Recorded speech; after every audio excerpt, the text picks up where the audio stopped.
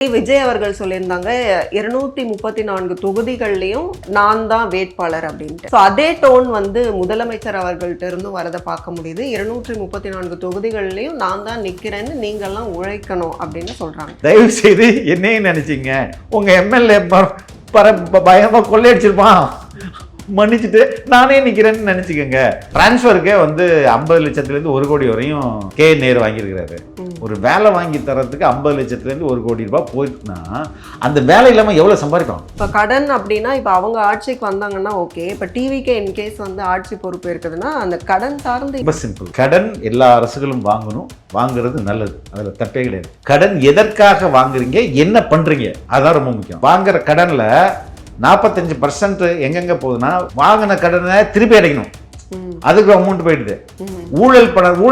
ஊழல்னால இவங்களுக்கு நிறைய நட்டம் வருது, அந்த நட்டத்தை சரி கட்டணும். மகளிர் உரிமை தொகை கொடுக்கணும். இப்போ கடன் வாங்கி நீங்க இப்படி செலவு பண்ணீங்கன்னா உங்களுக்கு மறுபடியும் கடன் தானே வாங்கிட்டே இருப்பீங்க.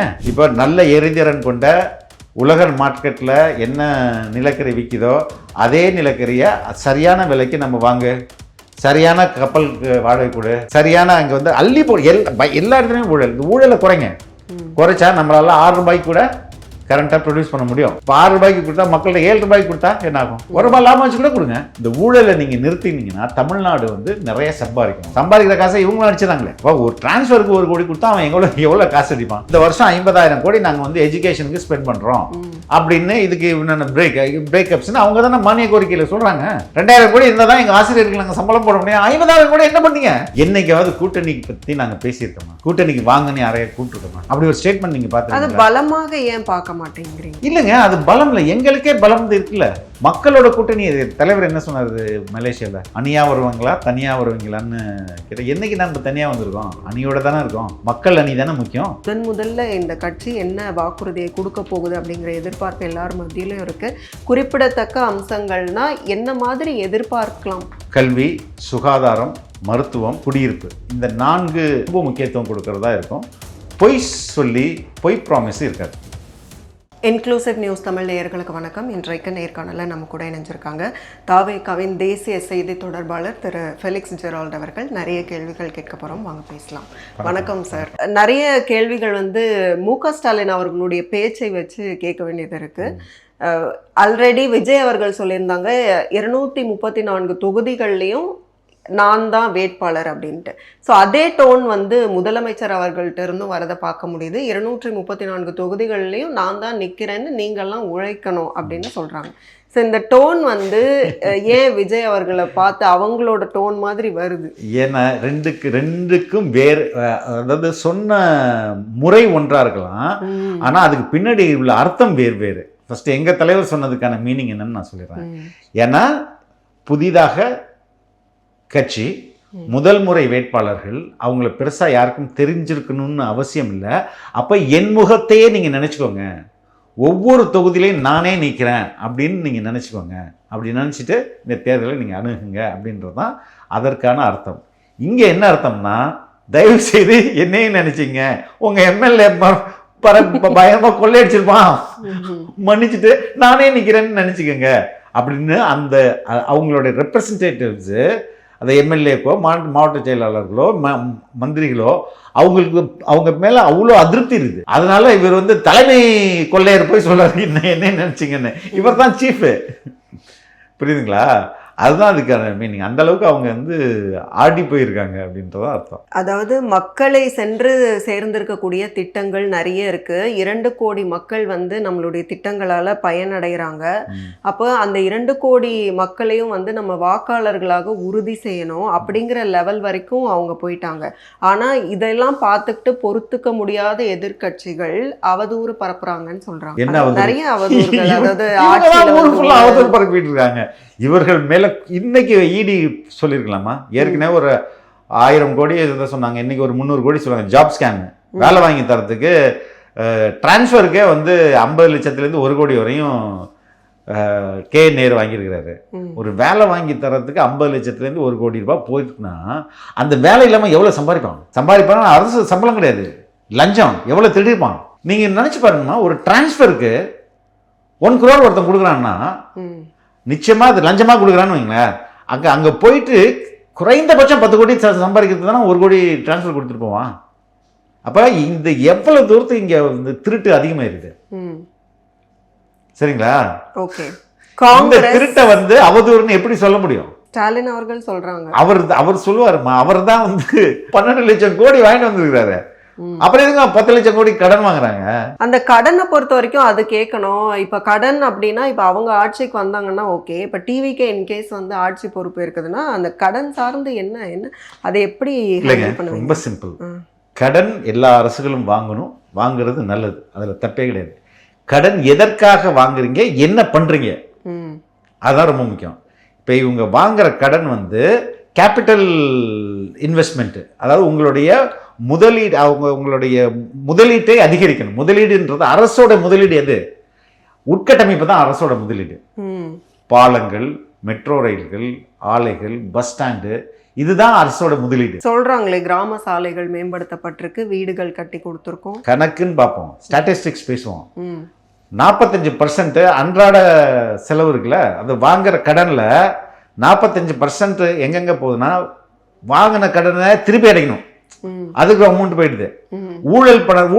ஊழல்னால இவங்களுக்கு நிறைய நட்டம் வருது, அந்த நட்டத்தை சரி கட்டணும். அதற்கு அடுத்தது வந்து உங்கள் மகளிர் அது என்ன உரிமை தொகை கொடுக்கணும். இப்போ கடன் வாங்கி நீங்க இப்படி செலவு பண்ணீங்கன்னா உங்களுக்கு மறுபடியும் கடன் தானே வாங்கிட்டே இருப்பீங்க. நான் வந்து கடன் வாங்கி சாப்பிட்டுட்டே இருந்தேன்னு எனக்கு கடன் தானே அதிகமாக இருக்கும். நான் கடன் வாங்கி ஒரு கடை வச்சு அதுலேருந்து சம்பாதிக்கணும் தானே. அப்போ சம்பாதிச்சேன்னா நான் எனக்கு சம்பாதிச்சு நான் வந்து கடனே அடிச்சிட முடியும், என்னாலே வாழ்ந்துக்க முடியும்ல. அது சுத்தமா இல்லைன்னு சொல்றீங்க? இல்லையம்மா, அதுதானே உண்மை. 100 ரூபாய் கடன் வாங்கினோம்னா அதில் 28 ரூபாய் நேராக டான்ஜெட் கோருக்குல அதுக்கு போயிடுது, அதோட கடன் அடைக்கிறதுக்கு, அதில் ஏற்படுற நட்டத்தை அடைக்கிறதுக்கு. அதற்கு அடுத்தது டிரான்ஸ்போர்ட் டிபார்ட்மெண்ட்டில் ஏற்பட்ட நட்டத்தை அடைக்கிறதுக்கு போயிடுது. அதே மாதிரி ஒவ்வொரு டிபார்ட்மெண்ட்லையும் நட்டம் ஏற்படுது இல்லை, அதை அடைக்கிறதுக்கு போயிடுது. அப்போ எதுக்கு இந்த டிபார்ட்மெண்ட்டில் இங்கே ஊழல் அதிகமாக நடக்குது. ஃபார் எக்ஸாம்பிள்மா ஒரு யூனிட் கரண்ட்டு வந்து ஒரு 8 ரூபாய்க்கு தயார் பண்ணுறாங்க கர்நாடகாவில்னு வச்சுக்கோமே. கர்நாடகாவில் 8 ரூபாய்க்கு தயார் பண்ணுறாங்கன்னா நம்ம ஊரில் அதே ஒரு யூனிட்டை 15 ரூபாய்க்கு 15 ரூபாய்க்கு விற்கிறாங்க. அவன் 8 ரூபாய்க்கு விற்கிறான், நம்ம 15 ரூபாய்க்கு விற்கிறோம். ஆல்மோஸ்ட் டபுள் த ப்ரைஸில். ஏன் இது ஆகுது? கரண்ட் தானம்மா. எந்த ஊரில் பண்ணாலும் கரண்ட் நம்மள மாதிரி தான். அவன் வேற மெத்தட்லாம் பண்ணல, நம்மள மாதிரி தானே பண்ணுறான். ஏன் இங்கே அதிகரிக்குதுன்னா இதில் அவ்வளோ ஊழல் நடக்குது. ரொம்ப அதிக காசை எக்ஸ்ட்ரா கொடுத்து ரொம்ப தரமற்ற நிலக்கரியை இறக்குமதி பண்ணுறோம். அந்த அதிக காசு எக்ஸ்ட்ரா போகிறது, அந்த இப்போ சப்போஸ் நிலக்கரிக்கு 90 ரூபான்னு வைங்களேன், நம்ம வந்து 200 ரூபாய் கொடுப்போம். அப்போ 110 ரூபாய் அதிகமாக கொடுக்குறோமா, அந்த 110 ரூபா அந்த கம்பெனி மேலே பில் ஆகிடும். ஆனால் அந்த கம்பெனி என்ன பண்ணால் 110 ரூபாயை இவங்க சொல்கிற கம்பெனிக்கு வெளிநாடுகளில் தள்ளி விட்டுருவான். நம்ம காசு தான் அது, புரியுதுங்களா? அது இல்லாமல் அந்த நிலக்கரியை அங்கேருந்து இங்கே கொண்டு வர்றதுக்கு 13 கப்பல் வச்சுருக்கோம் நம்ம. அந்த 13 கப்பலுக்கும் உலகத்தில் லெட்டஸ்டே 50,000 ரூபாய் வாடகைன்னு வச்சுக்கோங்க. நம்ம வந்து 1.5 லட்சம் ரூபாய் கொடுப்போம் வாடகை. எதுக்காக? அந்த 1 லட்சம், அந்த 50,000 ரூபாய் அவன் எடுத்துப்பான், மீதி இருக்குல்ல 1 லட்சம், மீதி 1 லட்சம் இருக்குல்ல, அதை என்ன பண்ணுவான், அந்த கப்பல்காரனுக்கு நம்ம தமிழ்நாடு அரசு பில்லு போட்டு 1.5 லட்சம் ரூபாய் கொடுத்துரும். அவனுக்கு போக அந்த 50,000 ரூபாய் அவன் எடுத்துட்டு மீதி 1 லட்சத்தை நம்ம இந்த அமைச்சரோ இந்த குடும்பமோ எங்க கை கடத்தோ அங்கே கொடுத்துருவான். புரியுதுங்களா? அதே மாதிரி கப்பலுக்கு டீசல், அதுலேயும் நம்ம எக்ஸ்ட்ரா காசு கொடுப்போம், அதையும் அவன் கொடுத்துருவான். அப்போ நீங்க எக்ஸ்ட்ரா, இதெல்லாம் கொள்ளை. அப்போ இவ்வளோத்தையும் நீங்க எங்கே ஏற்றணும்? கரண்ட் பில்ல தான் ஏற்றணும். கரண்ட் பில்லு தான் ஏற்றி ஆகணும். கரண்ட் பில் ஏற்றினா எக்கச்சக்கமாக வரும், மக்கள் வந்து செத்துருவான். அப்போ என்ன பண்ணுவாங்க, நட்டத்தில் இப்போ இவங்களுடைய கரண்ட் பில்லை கம்மி பண்ணி, அது கம்மி பண்ணாலே நம்ம தான் அதிகம்ங்களா. 15 ரூபாய்க்கு விற்று அது 30 ரூபாய் வருதுன்னு வைங்களேன். இப்போ இந்த இவ்வளோ ஊழலுக்கு அப்புறம் கரண்ட் பில்லு 30 ரூபா வந்துருதுன்னு வைங்களேன் ஒரு யூனிட்டு. 30 ரூபாய்க்கு மக்கள் செத்துருவான்டா. அப்போ 15 ரூபாய்க்கு நாச்சும் கொடு, 15 ரூபாய் நட்டமாகுதுல்ல, அதை லோன் வாங்கி இதில் போட்டுரு. புரியுதுங்களா? இதே மாதிரி தான் ஒவ்வொரு இடத்துலையும். அப்போ நீங்கள் ஊழலை நீங்கள் வந்து மேல் மட்டத்தில் ஒழிச்சிட்டிங்கன்னா, இப்போ நல்ல எரிதிறன் கொண்ட உலக மார்க்கெட்டில் என்ன நிலக்கரி விற்கிதோ அதே நிலக்கரியை சரியான விலைக்கு நம்ம வாங்க, சரியான கப்பலுக்கு வாடகை கொடு, சரியான அங்கே வந்து அள்ளி போ. எல்லா இடத்துலையும் ஊழல். இந்த ஊழலை குறைச்சா நம்மளால 6 ரூபாய்க்கு கூட கரண்ட்டாக ப்ரொடியூஸ் பண்ண முடியும். இப்போ 6 ரூபாய்க்கு கொடுத்தா மக்கள்கிட்ட 7 ரூபாய்க்கு கொடுத்தா என்ன ஆகும்? 1 ரூபாய் லாபம் வச்சு கூட கொடுங்க. ஏன்னா இங்கே ஊழல் வந்து உங்களுடைய உற்பத்தி செலவை அதிகரிச்சுது. அது டிரான்ஸ்போர்ட்லேயும் அதே தான். ஏன் டிக்கெட் வேலையெல்லாம் ஏற்றுறாங்க? அங்கேயும் ஊழல் தான், எல்லா இடத்துலையும் ஊழல் ஊழல் ஊழல். அப்போ அதனால தான் உங்களோட கடன் சுமையை வந்து அதிகரிச்சுட்டே போகுது. இந்த ஊழலை நீங்கள் நிறுத்தினீங்கன்னா தமிழ்நாடு வந்து நிறைய சம்பாதிக்கும். சம்பாதிக்கிற காசை இவங்களும் அடிச்சிடறாங்களே. அப்போ ஒரு டிரான்ஸ்ஃபருக்கு 1 கோடி கொடுத்தா அவன் எவ்வளோ காசு அடிப்பான்? புரியுதுங்களா? அப்போ இந்த ஊழலை நீங்கள் எடுத்துட்டாலே போதும், அகற்றிட்டா போதும், you will have surplus. Surplus என்ன பண்ணுவீங்க? உபரி இருக்குல்ல, அதை நீங்கள் என்ன பண்ணுவீங்க? உங்களுக்கு கவர்மெண்ட்டுக்கு செலவு நிறைகள் இருக்குல்ல, கவர்மெண்ட் ஆஃபீஸருக்கு சேலரி கொடுக்குறோம், ஓய்வு பெற்றவங்களுக்கு பென்ஷன் கொடுக்குறோம், அதுக்கப்புறம் நலத்திட்ட உதவிகள்லாம் மக்களுக்கு இது பண்ணும், அதாவது மதிய உணவு, சத்துணவு, முட்டை, இது எல்லாத்தையும் போக செலவு, உங்கள் செலவுக்கெல்லாம் போக மீதி நிறைய காசு சேமிச்சிங்கன்னா நீங்கள் என்ன பண்ணுவீங்க? அரசு என்ன பண்ணும்? என்னமா பண்ணும்? மக்களுக்கு அந்த சுமையை குறைக்க முடியும், மக்களுக்கு திருப்பி தரும். எல்லா மக்களும் சேர்ந்து சம்பாரிச்சது தானே. அப்ப மக்களுக்கு தானே அது திருப்பி தரும். விலைவாசி எல்லாம் குறையும், விலைவாசி குறையும், மக்களுக்கு அதிக நலத்திட்டம் கொடுக்கலாம். கல்லூரிகள், பள்ளிகள், ஆசிரியர்கள், கவர்மெண்ட். இன்னைக்கு நேற்று கூட கவர்னர் சொல்லியிருப்பாங்க 50% மேல் அகாடமி, அதாவது காலேஜ் அண்ட் யூனிவர்சிட்டியில டீச்சர்ஸ் இல்லை. ஏன் டீச்சர்ஸ் இவங்க போடல? சம்பளம் கொடுக்க முடியாது. ஏன் சம்பளம் கொடுக்க முடியாது? கொள்ளையடிப்போம். 50,000 கோடி எஜுகேஷன் பட்ஜெட் ஒரு வருஷத்துக்கு தமிழ்நாடு கவர்மெண்ட் பண்ணுது. 50,000 கோடி செலவு பண்ணுது. 2,000 கோடி கொடுத்தாதான் நாங்கள் சம்பளம் போட முடியும்னு சொல்லிட்டு ஒன்றிய அரசு. பட் நம்ம இப்படி டேட்டாஸ் முன்வைக்கும் போது அது வந்து எக்ஸாக்டா வந்து இதுதான் உண்மைங்கிறது எப்படி மக்கள் வந்து புரிஞ்சுக்கிறது? இப்ப நான் வந்து போய் இந்த 50,000 கோடி நான் போய் சொல்ல முடியாதுல்ல, அரசு சொல்றது தானே, அரசு கொடுக்கறது தானேமா அது. இந்த வருஷம் 50,000 கோடி நாங்க வந்து எஜுகேஷனுக்கு ஸ்பெண்ட் பண்றோம் அப்படின்னு, இதுக்கு பிரேக்கப்ஸ் அவங்க தானே மானிய கோரிக்கையில சொல்றாங்க. ஓகே, அதுலதான் பட்ஜெட்ல சொல்றாங்கல்ல, அதுதானே சொல்றேன். 50,000 கோடி எங்க? 2,000 கோடி எங்க? 2,000 கோடி இருந்தா தான் எங்க ஆசிரியர்களுக்கு நாங்க சம்பளம் போட முடியும். 50,000 கோடி என்ன பண்ணீங்க? இந்த கேள்வி இருக்கு. பழைய ஓய்வூதிய திட்டம்ங்கிறது ஒரு அரசால நடைமுறைப்படுத்தப்பட்ட திட்டம் தான். ஆனா அதை இப்போ வந்து அதுக்கான சூழல் இல்ல அப்படிங்கிற அந்த கேப் டிஃபரன்ஸ், அதுதான் நான் சொல்றேன். இவங்க ஊழல் தான் எல்லாத்துக்கும் காரணம். ஓகே, இவங்க ஊழல் பண்ணி காசை வந்து கோடி கணக்குல வந்து ஒவ்வொரு நாளும் அடிக்கும் போது நம்மளுடைய வருமானம் போயிடுது இல்ல, நம்ம சம்பாதிக்கிறது தானே அவங்க திருடுறாங்க. நான் தான் ரெண்டு, ஒன்று உற்பத்தியை அதிகப்படுத்துறது. ஸ்டேட் என்னென்னலாம், ஸ்டேட் எதில் இருந்தெல்லாம் மோனோபொலி வச்சிருக்கு. எலக்ட்ரிசிட்டியில் அவங்க தான் மோனோபொலி, வேற யாரும் ப்ரைவேட் பிளேயர்ஸ்ட்டு இருக்கிறாங்க. நாட் அட் த டிஸ்ட்ரிபியூஷன் லெவலில் இல்லை, எல்லாமே வந்து கிரிட் லெவலில் இருக்கிறாங்க. அவன்கிட்ட வாங்கியும் இப்போ அரசு மோனோபொலியாக இருக்கிறது இதில் நம்ம டஞ்சட்கோ, அதுக்கடுத்து டாஸ்மேக் அரசு மோனோபொலி, அதுக்கப்புறம் சொத்து வரி, ரெஜிஸ்ட்ரேஷனு, இதெல்லாம் வந்து ஏறி இருக்கு, பயங்கரமா ஏறி இருக்கு. இதுக்கெல்லாம் காரணம் என்ன? எவ்வளவு சம்பாதிச்சாலும் எதுவும் வாங்க முடியாது. அப்போ இதுக்கெல்லாம் காரணம் என்னவென்றால் இவர்களின் கொள்ளை, இவர்களோட திருட்டு. இப்படி சொன்னாதான் அவதூறுன்னு சொல்றாங்களே. அவதூறு இப்ப நான் மட்டுமே சொல்லலையே, ஏஜென்சி சொல்றாங்களே, ஏஜென்சியே சொல்றாங்களே. ப்ரூவ் பண்ணுங்க. எனக்கு தோன்றின ஒரு கேள்வி என்னன்னா, இப்ப டிஎம்கேவோ ஏடிஎம்கேவோ இருக்கும்போது இப்ப தமிழக மீனவர்கள் வந்து கைது செய்யப்படுறாங்கங்கிற இஷ்யூ வந்து பேப்பர்ல அடிக்கடி பாக்குறோம்.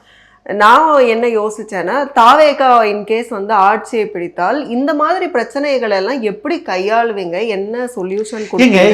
இது போதிய அண்டர்ஸ்டாண்டிங் இல்லாம இருக்கிறது தான். இப்ப தமிழக எல்லை தாண்டி மீனவர்கள் அதுக்குன்னு புரோட்டோகால்ஸ் இருக்குல்ல, 2 நாடுகளும் ஒப்பந்தம் போட்டிருக்குல்ல, அவங்கள கைது செய்யக்கூடாது, அவர்களுடைய உடைமைகளை உடனே ஒப்படைக்கணும், இப்படியெல்லாம் 2 நாடுகளுக்கும் அக்ரிமெண்ட் இருக்கு.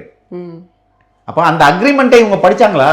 படிக்கலங்கிறீங்களா? தெரிஞ்சாதானமா அதை பத்தி நீங்க பேச முடியும். இவ்வளவு 3 நாளைக்கு மேல சிறைபிடிக்க கூடாது, உடனே தன் நாட்டுக்கு திருப்பி அனுப்பணும்.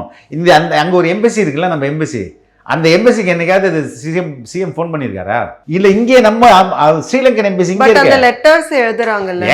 எங்க லெட்டர்ஸ் இப்ப இமெயில் காலத்துல போயிட்டு நீங்க வந்து இப்ப உங்க வீட்டுக்கு, இல்ல நீங்க வெளிநாட்டுல இருக்கீங்க, இல்ல நீங்க டெல்லியில இருக்கீங்க, ஃபோன் பண்ணுவீங்களா? அந்த காலத்து மாதிரி லெட்டர் எழுதி ஸ்டாம்ப் போட்டு அனுப்புவீங்களா? இமெயில் அனுப்பலாமே, அடுத்த செகண்ட்ல போமே. இங்க இருக்குங்க எம்பசி, ஸ்ரீலங்கன் எம்பசி. இதுக்கு என்னங்க இது மாதிரி பண்ணிட்டு இருக்கீங்க? நம்ம 2 பேருக்கும் இவ்வளவு புரோட்டோகால் வலியுறுத்துறாங்களா? என்னைக்கு வலியுறுத்துறாங்க? அதெல்லாம் உங்களுக்கு நினைவே வராதுமா? அந்தந்த துறையில அந்தந்த அமைச்சர்கள் அந்த டிபார்ட்மெண்ட்ல இப்ப ஃபிஷர்மேன், நமக்கும் இலங்கைக்கும் என்னென்ன அக்ரிமெண்ட் இருக்கு ஃபிஷரி தொடர்பா, அதை எத்தனை பேருக்கு தெரியுங்க? இதெல்லாம் தெரிஞ்சாதான் அதை பத்தி பேச முடியும். இவர்களுக்கு தெரிந்ததெல்லாம் கொள்ளை கொள்ளை கொள்ளை. எங்கள் தலைவர் சொன்ன ஒரே மாதிரி தான். பாயிண்ட்ல சொல்றேன். இப்போ காங்கிரஸ்க்கு வரலாம். நிறைய விஷயங்கள் வந்து அதுலேயும் வந்து என்னன்னா எம்பிஸ் சிலர் வந்து பங்கேற்கல செயற்குழு கூட்டத்தில் இங்கே மாநிலத்தில் நடந்த. அப்புறம் டெல்லிக்கு போய் பேசுகிறாங்க. அதில் வந்து என்ன சொல்லப்படுதுன்னா கூட்டணி குறித்து யாரும் வந்து வெளியில் பேசக்கூடாது. அப்போ உள்ளுக்குள்ளேயே ஒரு பிரச்சனைகள் போயிட்டு இருக்கு அப்படிங்கிறத பார்க்க முடியுது. இந்த இடத்துல முதலமைச்சர் சொன்னதை நான் சொல்கிறேன். நம் தோழமை கட்சிகளில் நம்மை பிடிக்காத ஒரு சிலர் வந்து இருக்கத்தான் செய்வார்கள். அவர்கள் தேவையில்லாத கருத்துக்களை கூறி கூட்டணியில் குழப்பத்தை ஏற்படுத்த முயற்சிப்பாங்க. ஆனால் அந்த குழப்பத்துக்கு நம்ம வந்து அந்த சூழ்ச்சிக்கு யாரும் வந்து இடம் கொடுக்கக்கூடாது அப்படின்னா, அப்போ இதை பார்க்கும்போது டிஎம்கே காங்கிரஸ் கூட்டணியில் எந்த விதமான பிரச்சனையும் இல்லை அப்படின்னு தான் பார்க்க முடியுது. ஈவன் டெல்லியிலையுமே வந்து என்ன மாதிரி விஷயங்கள் வருதுன்னா, டிஎம்கேவோட தான் கூட்டணி, யாரும் வந்து தனிப்பட்ட கருத்துக்களை சொல்லாதீங்க, டிவிகேவோட போகணும் அப்படிங்கிற அந்த ஆசை வந்து சிலருக்கு இருக்குது. ஆனால் அதனால தான் அதை பற்றி பேச வேண்டாம்னு மறுக்கிறாங்கங்கிற மாதிரி சுச்சுவேஷன். அப்போது காங்கிரஸ் கூடயும் டிவிகே கூட்டணி இல்லை தானே? காங்கிரஸ் கூட டிவிகே கூட்டணி இல்லை தானேன்னு கேட்குறீங்களா? கூட்டணியை குறித்து உண்மையிலே எங்கள் தலைவர் தான் முடிவெடுப்பார். ஆனால் நான் சொல்கிறேன், என்னைக்காவது கூட்டணிக்கு பற்றி நாங்கள் பேசியிருக்கோமா? கூட்டணிக்கு வாங்கன்னு யாரையா கூப்பிட்டுருக்கோமா? அப்படி ஒரு ஸ்டேட்மெண்ட் நீங்கள் பார்த்து அது பலமாக ஏன் பார்க்க மாட்டேங்கிறீங்க? எது கூட்டணியை? இல்லைங்க, அது பலம் இல்லை, எங்களுக்கே பலம் இருக்குல்ல. மக்களோட கூட்டணி. தலைவர் என்ன சொன்னார் மலேசியாவில்? அணியாக வருவாங்களா தனியாக வருவீங்களான்னு கேட்டால், என்னைக்கு நம்ம தனியாக வந்திருக்கோம்? அணியோட தானே இருக்கோம். மக்கள் அணி தானே முக்கியம். முதல் மாநாட்டிலே எங்கள் தலைவர் அதான் சொன்னார். தாவேகாவிற்கு தனித்து ஆட்சி அமைக்கும் எல்லா பொட்டென்ஷியாலிட்டியும் இருக்கு.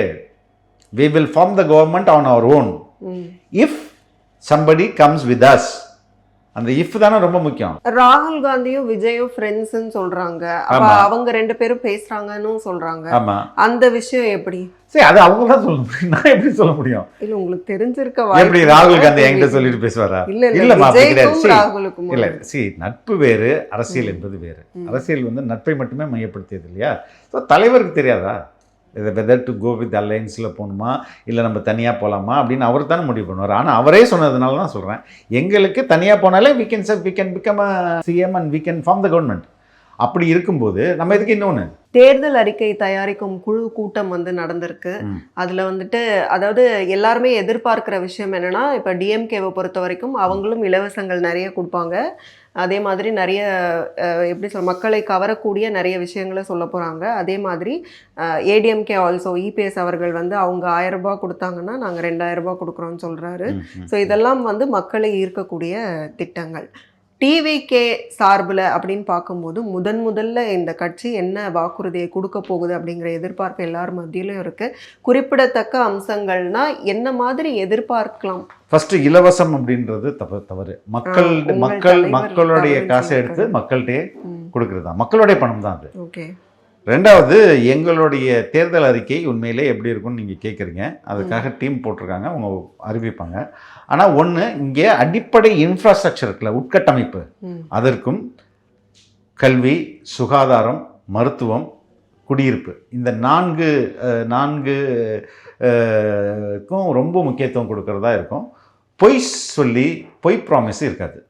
எதை எங்களால் டெலிவர் பண்ண முடியுமோ அதை மட்டும்தான் நாங்கள் வந்து தேர்தல் அறிக்கையாக நம்ம கொடுப்போம். மிக்க நன்றி உங்களுடைய நேரத்துக்கும் கருத்துக்களுக்கும். மீண்டும் இன்னொரு சந்தர்ப்பத்தில் பேசலாம். நன்றி சார்.